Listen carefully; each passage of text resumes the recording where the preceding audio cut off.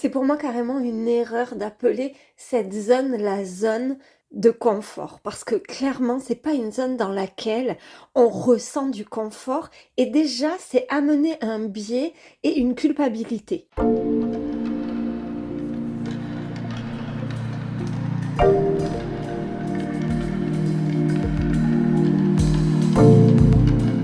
Hello, mon nom est Florence Vie, je suis mentor dans le domaine de l'évolution spirituelle au féminin, fondatrice de Révèle ta magie. J'accompagne les femmes connectées, intuitives et engagées à vivre une vie guidée chaque jour par l'âme et le cœur. Ce qui m'anime, c'est un monde où les femmes se révèlent et rayonnent la lumière de leur âme. Si tu souhaites incarner tes plus belles fréquences au quotidien et recherches des partages, des astuces, des conseils, une vision, alors tu es à l'endroit parfait. Bienvenue dans mon univers et dans le podcast Les Magiciennes. Hello les belles magiciennes, je vous espère en forme aujourd'hui. Si vous écoutez ce podcast en temps et en heure, nous sommes dans la semaine de Pâques, la semaine de la renaissance, du renouveau. Et pour cette semaine, j'ai envie de vous parler de la zone de connu, que moi je ne nommerai jamais zone de confort, tout simplement parce que cette idée de confort amène quelque chose comme d'un cocon et on a l'impression non seulement qu'on est enfermé dedans, mais en plus il y a un côté un peu culpabilisant, genre « Ah ouais, je suis pas assez motivée, du coup, je n'y vais pas ». Alors certes, la motivation va vraiment être quelque chose qui va être boostant pour sortir de cette fameuse zone de connu. Mais aujourd'hui, ce que j'ai envie de faire, c'est de prendre deux grandes portes pour rentrer dans cette compréhension de ce qu'est la zone de connu et surtout, parce que l'on va rentrer dans cette compréhension, on va pouvoir mettre de la conscience et en sortir plus fluidement, plus facilement et sans pertes et fracas. Donc, j'ai envie de m'intéresser à la théorie du nerf vague et à cette compréhension de notre système nerveux pour en parler et, bien évidemment, venir vous parler d'alchimie. Alors, c'est des choses que j'ai déjà dit, déjà redit. Donc déjà, pour commencer, j'ai envie vraiment de vous donner ce mantra punchline qui vient de naître de moi. Je suis en train de mettre en place tous les coachings du cœur. Honnêtement, si vous ne connaissez pas les coachings du cœur, vous pouvez aller voir sur mon fil Instagram, vous pouvez aller découvrir dans mes stories à la une, vous allez pouvoir voir toutes les thématiques, vous pouvez aller sur mon site internet. Honnêtement, ce sont des programmes qui sont transformationnels pour accompagner le plus de personnes possible et d'une puissance vraiment très grande. Il y a un avant et un après ce type d'accompagnement quotidien. Donc ça, c'est chose faite et je suis en train en fait de créer, donc de mettre en place tout le système qui va vous permettre de recevoir chaque vidéo chaque matin pour celles qui vivent les coachings. Et là, je viens de trouver un mantra punchline que je veux vous partager ce matin. C'est pour trouver les trésors et les richesses, on ne peut pas faire ça en nageant à la surface. Les trésors et les richesses, ils sont enfouis dans les profondeurs des océans. Donc, rappelle-toi de ça dans les moments où tu te dis « Ah non, mais ça, c'est bon, je l'ai survolé. Franchement, j'ai vraiment compris le concept. » Parce que ça, c'est une protection justement égotique qui ne veut pas sortir de sa zone de connu. Non, non, non, parce que sa zone de connu, c'est un endroit où il contrôle, il tient les rênes. Allez, et avec cette petite intro, je viens t'inviter à comprendre cette zone de connu depuis ces deux axes. Donc en un, avec la conscience de comment fonctionne notre système nerveux. Notre système nerveux, notre système interne fonctionne avec des réactions qui sont automatiques, ancrés sur des process qui sont devenus inconscients parce qu'ils sont trop vieux. Ils ont été créés dans notre enfance ou nous en avons hérité de notre lignée, de l'histoire de notre âme. Donc, ces process vont entraîner des réactions. Et le but de l'humanité, c'est de survivre. Donc là, toi qui m'écoutes, magicienne, il y a une grande partie de ton système nerveux et une grande partie de ton système interne. Alors, ce sont deux choses bien différentes, hein. Système interne, c'est tout ce qui est autour du subconscient, et système nerveux, ben, c'est le système de tes nerfs. Mais en réalité, ça s'imbrique comme des poupées russes, hein. C'est-à-dire que l'un et l'autre sont totalement liés. Les stimuli qui vont créer des réactions captées par tes récepteurs nerveux, bien, vont aller piocher dans ton système interne pour savoir comment réagir. Donc, en vérité, c'est comme des poupées russes. Puis là, je le reprends comme ça pour t'expliquer que ça fonctionne de la même manière. Ok, donc, je te disais, toi, ton but, c'est de rester vivante. Et rester vivante, ça inclut deux aspects. Rester vivante comme équilibrée dans ta tête et rester vivante comme équilibrée dans ton corps.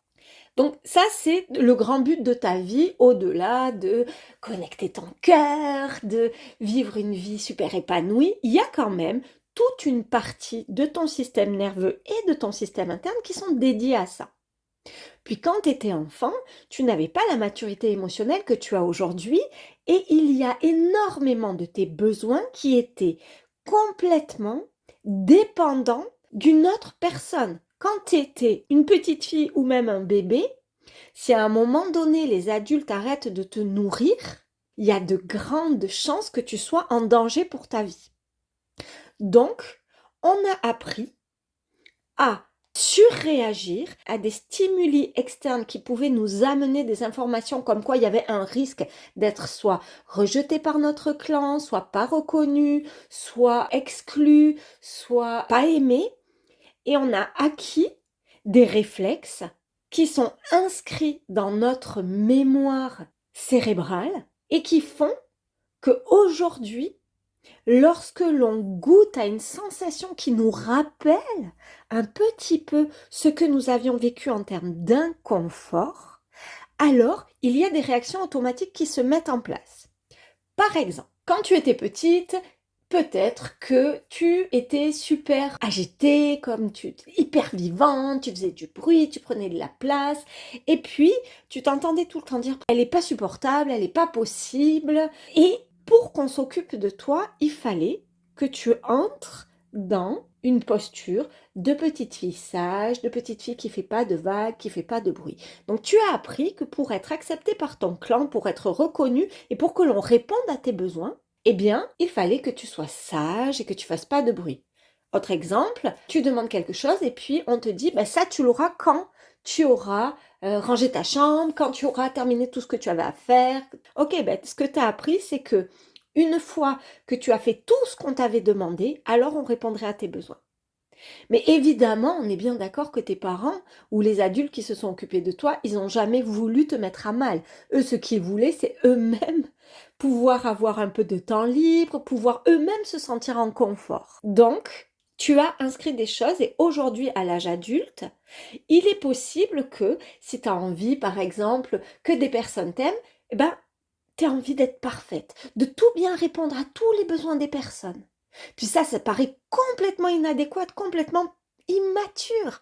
Et même des personnes qui peuvent observer ça, ou toi quand tu observes ça chez d'autres, tu peux te dire, mais c'est trop bizarre sa manière de faire. Évidemment c'est bizarre, parce que c'est ancré avec la maturité émotionnelle d'une petite fille. Évidemment que la femme aujourd'hui, elle n'a plus besoin de ça, sauf que le mécanisme, il est branché sur quelque chose qui a 4 ans, 6 ans, 2 mois, donc forcément fondé, basé sur une maturité émotionnelle qui est toute jeune en fait. Donc, pour en revenir à cette zone de connu, il y a dans ta vie eu des récurrences, c'est-à-dire forcément, les personnes adultes qui se sont occupées de toi, elles ont plus ou moins les mêmes modes elles-mêmes de fonctionnement, parce que ceux qui s'étaient occupés d'elles ont plus ou moins les mêmes modes de fonctionnement, mais il y a un système qui va être pour toi comme le système de prédilection. C'est-à-dire le genre de truc qui est bien rodé, un process à l'intérieur de toi qui est super bien rodé. Quand il se passe ça, ok, on lance ce processus qui va créer cette réaction, et cette réaction va avoir pour but d'assurer la survie. Eh bien, tous ces process-là, c'est ce qui fait que tu restes dans ta zone de connu. Donc, vois comment c'est pas du tout une zone de confort en fait. Parce que confort et survie, ça va pas ensemble. La survie, c'est t'as une paillasse pour dormir et peut-être juste à l'abri. du vent, à l'abri de la pluie, à l'abri du danger. Le confort, c'est t'as une maison avec une super couette, t'as un matelas vraiment chouette, et puis tu te mets des petites bougies pour t'endormir. Ok, là t'es dans le confort, tu vois, c'est une erreur d'appeler cette zone la zone de confort. Non, t'es pas confortable dans cette zone.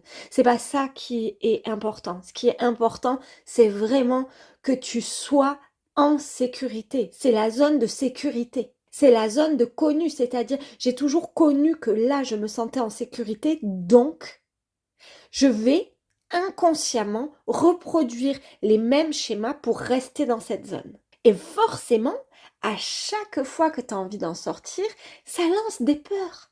Parce que ces peurs, elles ont pour but de te dire « Ah non, reviens dans cette zone de connu, là. On maîtrise tout, là. Tout est sur du papier millimétré. » Si tu sors de ça, il y a de grands risques que tu sois à nouveau en danger, que tu ressens des émotions qui te mettent vraiment dans des situations inconfortables. Peut-être même tu vas être déçu.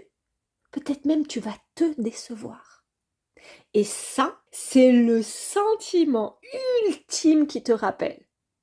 Parce que cette peur-là, ton ego, c'est la peur ultime, celle qu'il craint. Être déçu, déçu de soi. Et que vont dire les autres? Décevoir les autres. Pourquoi? Parce que tout simplement, si je déçois les autres, eh bien, je risque d'être rejetée. Donc, ça me renvoie à mes peurs archaïques de ne plus appartenir à un clan qui est mon clan nourricier. Donc, quand tu sens cette peur, tu peux juste te dire je suis en train de passer le seuil de ma zone de connu. Si j'ai peur d'être déçue, si j'ai peur de décevoir, je peux aller voir comment est-ce que je peux déconstruire ça plutôt que de considérer ça comme un signal qui dit rentre à la maison. Je peux aller voir comment est-ce que je peux déconstruire ça. Ça, c'est du point de vue du système interne et du système nerveux. Et on va faire la transition vers le concept et la vision que nous amène l'alchimie. L'alchimie, qu'est-ce qu'elle vient nous dire? Elle vient nous dire que l'ego confond la vie et la mort. Parce que dans ta zone de connu, c'est une zone où tu ne grandis plus. C'est une zone qui est une zone non évolutive. Alors, évidemment, dans l'absolu, tu vas pas ne pas évoluer. Mais c'est une zone où tout est maîtrisé, tout est sur papier millimétré, on prend zéro risque, on fait zéro pas de côté, on est sur des rails et on continue une vie plan-plan. C'est pour ça qu'on peut avoir tendance à dire zone de confort. Mais tu comprends bien avec cette première explication qu'on est plus dans une zone de survie. Puis toi, t'es pas né avec cette envie juste de survivre. C'est pas ça qui t'anime dans ton cœur. Quand t'étais petite, que t'avais des rêves et qu'on te disait tu veux faire quoi plus tard, toi? Moi, je veux survivre. Non, c'est pas ça. Toi, t'avais des rêves, des envies, des élans. T'es pas faite pour ça. Seulement, l'ego, lui, c'est l'ego de l'ancienne génération. Ton cœur, lui, il est à jour. Mais l'ego, il est resté un peu figé sur, ok, attends, mais s'il y a des choses qui viennent m'attaquer, s'il y a une famine, s'il y a une guerre, l'ego, il est resté sur ça. Sauf que ton cœur, lui, ce qu'il a envie, c'est de vivre. Donc, que va faire l'ego?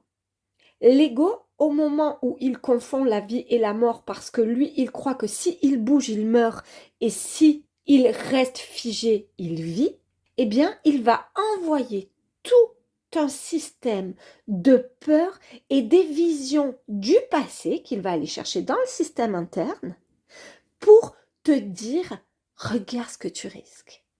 Et forcément, dans ton passé, t'étais moins mature émotionnellement, mature énergétiquement, mature intellectuellement qu'aujourd'hui. Donc forcément, tous tes points de référence sont majoritairement des points de fragilité, de vulnérabilité par rapport à la vision que tu as de toi aujourd'hui.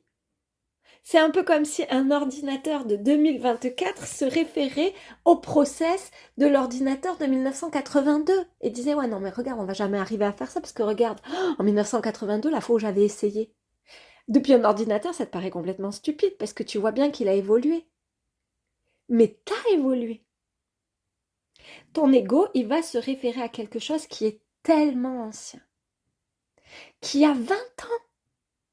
Vois tout ce que tu as appris en 20 ans. Donc, du point de vue de l'alchimie, ce qu'on va faire, justement, pour renverser ça, c'est qu'on va aller s'appuyer sur la notion de service, la notion de contribution, la notion de rayonnement. Et c'est pour ça que c'est plus simple d'évoluer quand on se sent porté par un élan spirituel, quand on se sent porté par l'amour. C'est cet engagement-là qui va te permettre de sortir de ta zone de connu. À chaque fois que tu as envie de sortir, prends le soin que l'élan soit plus conscient que la peur. Et à chaque fois qu'il y a une peur, renforce ton élan. Tu sais, c'est comme une balance. Puis tu es toujours en train de rééquilibrer ça. C'est ce que l'on appelle l'alignement. Il y a quelque chose en toi qui dit, ok, mais attends, si on fait ça et qu'on est déçu, tu te rends compte, que vont dire les autres si on n'y arrive pas? Non, mais sinon, le plus simple, c'est que je le fasse pas. Ok, va voir quel est l'élan. C'était quoi déjà ton élan? Quelle était déjà ton envie? Et quand tu commences à faire ça, tu es en train de renverser la protection égotique. Tu es en train de faire exactement ce que font le pendu dans le tarot de Marseille et l'ermite. C'est-à-dire mettre l'ego exactement à la place où il doit être, c'est-à-dire la place de premier chancelier, meilleur conseiller.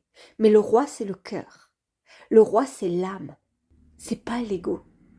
L'ego, c'est celui qui va pouvoir évaluer les risques et conseiller. Mais ce dont tu dois te rappeler, c'est que ce que tu crois qui te dirige, c'est juste quelque chose qui t'est proposé. J'aime bien prendre cette image parce que je trouve qu'elle est super parlante et qu'elle va aider. Imagine-toi que tu es la réalisatrice de ta vie, ce qui est réel. Tu es la réalisatrice de ta vie, mais au sens comme cinématographique. C'est-à-dire que toi, tu as pour projet d'écrire une vie absolument extraordinaire. Puis tu convoques des scénaristes avec lesquels tu as envie de bosser pour qu'ils écrivent un scénario qui va te permettre de réaliser le film de ta vie. Et parmi ces scénaristes, il y en a, ils vont être, l'ego va pas être renversé, ils vont dire, ah non, mais là, moi, ce que je crois, c'est qu'il faut vraiment revoir le budget, puis faut pas faire cette scène, puis faut pas faire cette intrigue-là. Non, vaut mieux un petit truc, tu sais, tranquille. Ok? Puis il y en a un qui va dire, ok, on sait pas exactement, mais on va pouvoir faire comme ça, puis on va suivre ça, puis on va essayer. Au pire, il nous dit non. C'est quoi le risque en fait? C'est juste d'avoir un nom. Et puis, on va apprendre dans ce process-là. Tu choisis celui que tu veux. L'ego, ce qu'il te propose, c'est un scénario. Il te propose pas un plan. Genre, t'as pas signé un contrat et quand il te dit quelque chose, t'es obligé de l'appliquer. C'est un scénariste. Et tu peux lui dire, ça ne me correspond pas. Non, merci. Donc, ça, c'est la première chose. Et la deuxième chose, pour revenir à ma métaphore, c'est quand tu as peur d'être déçu. C'est que tu es focus sur tes résultats, plutôt que sur le chemin. Imagine, ce scénariste qui te dit, toi tu veux, je sais pas qui est-ce que tu voudrais, Timothée Chalamet. Tu veux Timothée Chalamet dans ton film parce que tu adores, tu le trouves trop chouette, c'est un acteur en vogue, tu te dis qu'il va vraiment servir toi ta réalisation. Puis, forcément, il y a des risques qui te disent non. Il y a des chances qu'ils te disent oui, mais il y a des risques qu'ils te disent non. Mais ce qui est certain, c'est que tout ce temps que tu vas mobiliser à savoir comment communiquer avec lui, ce que tu vas pouvoir lui dire, que tu vas apprendre à rentrer en contact avec les agents, agrandir ton réseau, tout ça, ça va te servir dans ta vie. Tout ça, c'est l'apprentissage. Si Timothée Chalamet te dit non, ça n'enlèvera en rien tout ce que tu as appris. Sauf que si tu restes focus sur les résultats, tu te dis juste, ok, il a dit non. Si tu restes focus sur l'enseignement, il n'y a plus peur d'être déçu ou de décevoir, parce que tu sais que quoi qu'il en soit, tu seras en chemin vers ce que tu veux. Si tu te laisses définir par tes résultats, c'est évident que tu aies peur d'être déçu. Mais si tu rajoutes à ces résultats tout l'enseignement, tout l'apprentissage, il est évident que tu n'as plus peur d'être déçu parce que tu sais que tu signes pour une aventure et que cette aventure, le but, c'est évidemment qu'elle se finisse comme tu as envie. Mais quoi qu'il en soit, tu vas vivre quelque chose d'énorme, d'immense. Voilà ce que je voulais te dire. J'espère que ce podcast va t'accompagner dans cette semaine de Pâques, dans cette semaine de renaissance. On se retrouve la semaine prochaine pour un nouvel épisode de ton podcast. Et d'ici là, prends bien soin de toi et surtout ose, ose, ose.